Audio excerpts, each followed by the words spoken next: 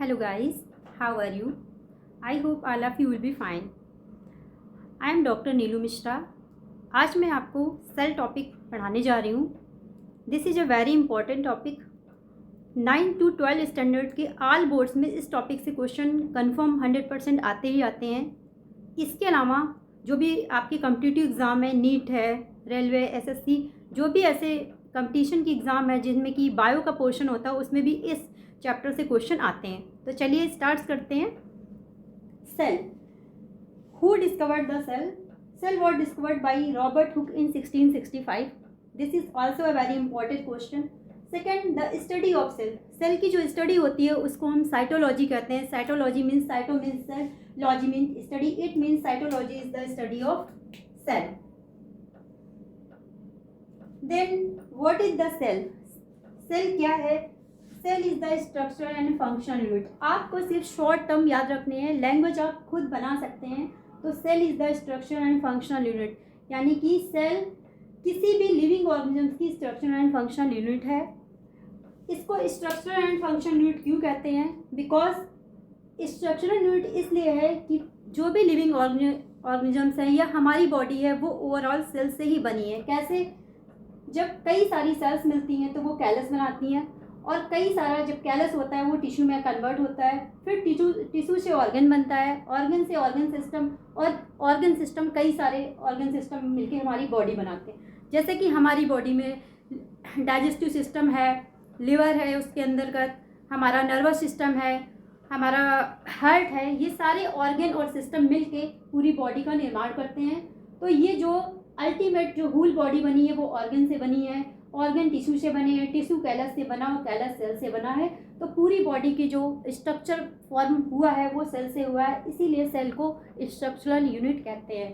फिर why it is called the functional unit?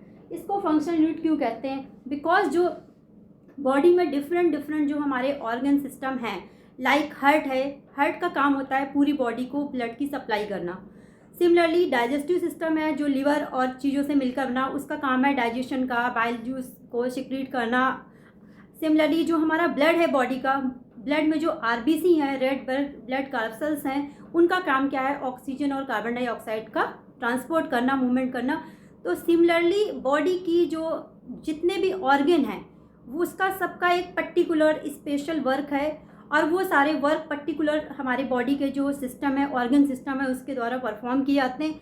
But जैसा कि अभी बताया कि जो भी बॉडी के ऑर्गन सिस्टम हैं वो सारे अल्टीमेटली सेल से बने हैं, क्योंकि सबकी यूनिट सेल है.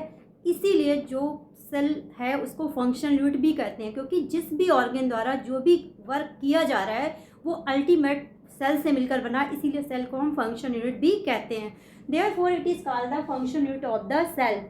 सिमिलरली आप कह सकते हैं सेल जो है वो हमारी बॉडी की structural, functional and biological unit भी है. बायोलॉजिकल यूनिट इसलिए कहते हैं क्योंकि जो भी बॉडी के जो भी ऑर्गन जो काम करते हैं, तो बॉडी के ऑर्गन क्या है? बायोलॉजिकल सिस्टम है पूरा, तो इसीलिए सेल को बायोलॉजिकल यूनिट भी बोलते हैं. तो cell is the structural, functional and biological unit of the living beings, living organisms. Then how many types of cells are found? Basically cells are of two types, prokaryotic cells and eukaryotic cells. अब what is the prokaryotic cells and what are the eukaryotic cells?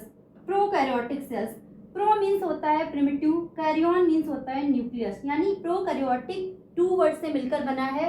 First है pro यानी कि primitive, and karyon means nucleus, यानी जो prokaryotic cells होती हैं उनमें primitive nucleus पाया जाता है. Then what is the primitive nucleus? Primitive nucleus आप सिंपली समझ सकते हैं ऐसा न्यूक्लियस जिसके चारों ओर न्यूक्लियर मेम्ब्रेन एब्सेंट होती है. उसके अंदर जो प्रिमिटिव न्यूक्लियस होता है, फर्स्ट उसका कैरेक्टरिस्टिक्स यही है कि उसमें न्यूक्लियर मेम्ब्रेन एब्सेंट होती है. तो बाकी इसका जो डिटेल है प्रोकैरियोटिक या प्रिमिटिव न्यूक्लियस का, ये मैं आपको नेक्स्ट वीडियो में डालूंगी, आप पढ़िएगा, देखिएगा. और सिमिलरली जो यूकैरियोटिक सेल्स होती हैं, यू मीन्स होता है true and karyon means nucleus, यानी कि यूकैरियोटिक सेल्स में ट्रू न्यूक्लियस पाया जाता है. ट्रू न्यूक्लियस मीन्स ऐसा न्यूक्लियस जिसका न्यूक्लियर मेम्ब्रेन से पूरा न्यूक्लियर जो मैटर है अंदर का वो कवर्ड होता है. यानी कि न्यूक्लियोइड प्रोकैरियोटिक सेल्स का जो न्यूक्लियस होता है उसको हम न्यूक्लियोइड कहते हैं, क्योंकि वो ओपन स्टेज में होता है, वो किसी भी मेम्ब्रेन से बाउंड नहीं होता है, बट जो यूकैरियोटिक सेल्स होती है उनका न्यूक्लियर क्या होता है, डबल मेम्ब्रेन लेयर से बाउंड होता है, इसीलिए उसको हम ट्रू न्यूक्लियस कहते हैं। इसका डिटेल वीडियो मैं नेक्स्ट वीडियो में आपको बताऊंगी। Then what is the basic difference between the prokaryotic and eukaryotic cells. ये बहुत ही बेसिक क्वेश्चंस है जो कि 9th और 10th स्टैंडर्ड में भी पूछा आता है और 11th एंड 12th में भी पूछा आता है। तो what is the basic differences you can see.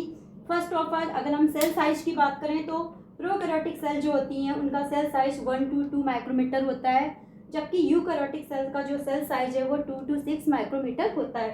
Similarly membranal organelles जो होते हैं, यानी कि ऐसे जो यूकैरियोटिक सेल्स होती हैं उनमें कुछ सेल ऑर्गेनेल्स पाए जाते हैं। सेल ऑर्गेनेल्स भी दो तरह के होते हैं, एक होते हैं मेम्ब्रेनस और एक होते हैं नॉन मेम्ब्रेनस।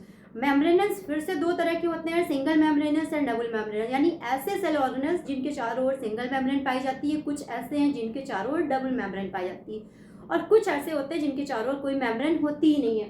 तो सिमिलरली जो मेम्ब्रेन बाउंड ऑर्गेनेल्स होते हैं वो प्रोकैरियोट्स में एब्सेंट होते हैं, जबकि वो यूकैरियोटिक सेल्स में प्रेजेंट होते हैं। नेक्स्ट है न्यूक्लियस। प्रोकैरियोटिक सेल्स में प्रिमिटिव न्यूक्लियस पाया जाता है जिसको कि हम न्यूक्लियाइड कहते हैं, यानी कि न्यूक्लियस के चारों ओर न्यूक्लियर मेम्ब्रेन एब्सेंट होती है, जबकि यूकैरियोटिक सेल में ट्रू न्यूक्लियस प्रेजेंट होता है। नेक्स्ट डिफरेंस की बात करें डीएनए, यानी कि जो भी न्यूक्लियस के अंदर डीएनए होता है वो प्रोकैरियोटिक सेल्स में जो होता है वो सर्कुलर डीएनए होता है, और जबकि यूकैरियोटिक में लीनियर डीएनए होता है। और प्रोकैरियोटिक सेल जो कि प्रिमिटिव न्यूक्लियस है जिसके अंदर जो डीएनए है, प्रोकैरियोटिक सेल्स का जो डीएनए होता है वो हिस्टोन प्रोटीन के बिना होता है, यानी कि उसमें हिस्टोन प्रोटीन नहीं होती है, जबकि जो यूकैरियोटिक सेल्स है उसका जो डीएनए होता है वो लीनियर और हिस्टोन प्रोटीन के साथ होता है। देन राइबोसोम्स की बात करें, राइबोसोम जो है प्रोकैरियोटिक सेल्स में 70S टाइप के होते हैं, जबकि यूकैरियोटिक सेल्स में 80S टाइप के राइबोसोम्स पाए जाते हैं। राइबोसोम्स दो तरह के होते हैं, 70S and 80S। Then division, यानी प्रोकैरियोटिक सेल्स में डिवीजन किस तरह से होता है और यूकैरियोटिक सेल्स में डिवीजन किस तरह से होता है। तो जो प्रोकैरियोटिक सेल्स हैं वो एमाइटोसिस या बाइनरी डिवीजन द्वारा डिवाइड होती हैं। ये डिवीजन का भी मैं नेक्स्ट वीडियो बाद में डालूंगी, सिंपली आपको एक लाइन में बता देती हूँ एमाइटोसिस या बाइनरी डिवीजन क्या होता है। एमाइटोसिस में कोई सेल्स है उससे एक आउटग्रोथ निकलेगी और वो आउटग्रोथ धीमे धीमे ग्रोथ होकर बड़ी हो जाती है और मेन मदर बॉडी से अलग हो जाती है और वो नई सेल्स में डेवलप हो जाती है, that is the amitosis. Binary fission क्या है, कोई सेल्स है उसमें बीच में दबाव पड़ता है, कॉन्ट्रैक्शन होता है और वो दबाव अंदर तक इतना ज़्यादा चला जाता है कि वो दो सेल्स में डिवाइड हो जाती है, इसलिए उसको कहते हैं binary fission. Binary means two, fission means division, यानी कि एक सेल से दो सेल बन जाती हैं। लेकिन जो हमारी यूकैरियोटिक सेल्स होती हैं उनमें जो डिवीजन होता है वो माइटोसिस होता है। माइटोसिस मियोसिस आप सबने पढ़ा भी होगा या आगे पढ़िएगा, जो कि बेसिक सेल डिवीजन्स हैं किसी भी बॉडी के रिप्रोडक्शन एंड डेवलपमेंट के लिए, आइदर वो प्लांट है या एनिमल है, उसमें माइटोसिस मियोसिस ही मेन डिवीजन होते हैं। फिर सेल वॉल की बात करें तो सेल वॉल जो होती है प्रोकैरियोटिक सेल्स की पेप्टिडोग्लाइकन की बनी होती है। ये क्वेश्चन बहुत बार पूछा आता है नीट में भी। पेप्टिडोग्लाइकन की जो सेल वॉल होती है, पेप्टिडोग्लाइकन जो कंटेंट होता है उसको हम म्यूरिन भी बोलते हैं, यानी कि प्रोकैरियोटिक सेल्स का जो सेल वॉल होती है वो म्यूरिन से बनी होती है, जबकि यूकैरियोटिक सेल में क्या होता है, सेलुलोज की सेल वॉल पाई जाती है। सिमिलरली नेक्स्ट कैरेक्टर करें, फ्लैजिला होते हैं। जो प्रोकैरियोटिक सेल्स मोस्टली क्या होते हैं उसमें फ्लैजिला पाए जाते हैं। जो फ्लैजिला में जो प्रोटीन होती है वो फ्लैजिलिन प्रोटीन होती है, जबकि जो यूकैरियोटिक सेल्स में जो फ्लैजिला होते हैं उसकी जो प्रोटीन होती है वो ट्यूबुलिन प्रोटीन होती है, एक्सेप्ट फंजाई। कुछ ऐसे फंजाई भी होते हैं जिनमें जब गैमेट्स बनते हैं तो उनमें फ्लैजिला होते हैं, तो वो फ्लैजिला जो होते हैं उनकी जो प्रोटीन होती है उसको वो काइटिन की बनी होती है फंजाई में, अदरवाइज बाकी जो भी है उनमें फ्लैजिलिन प्रोटीन ट्यूबुलिन प्रोटीन ही होती है।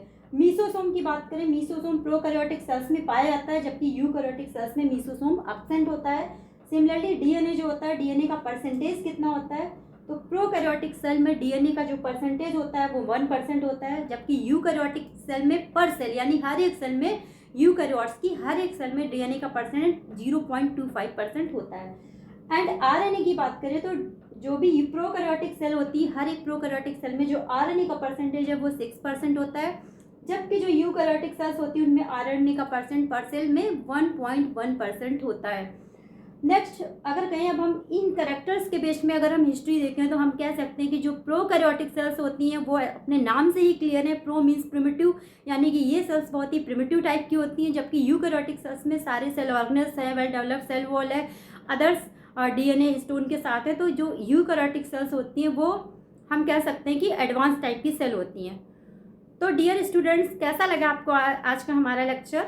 आज का लेक्चर हम यहीं ख़त्म करते हैं। नेक्स्ट टॉपिक हम फिर से लेके आएंगे। तब तक के लिए आपसे रिक्वेस्ट है, अगर आपको हमारा ये टॉपिक अच्छा लगा तो प्लीज़ इसे लाइक करिएगा, सब्सक्राइब करिएगा एंड शेयर करिएगा। Thank you, bye bye.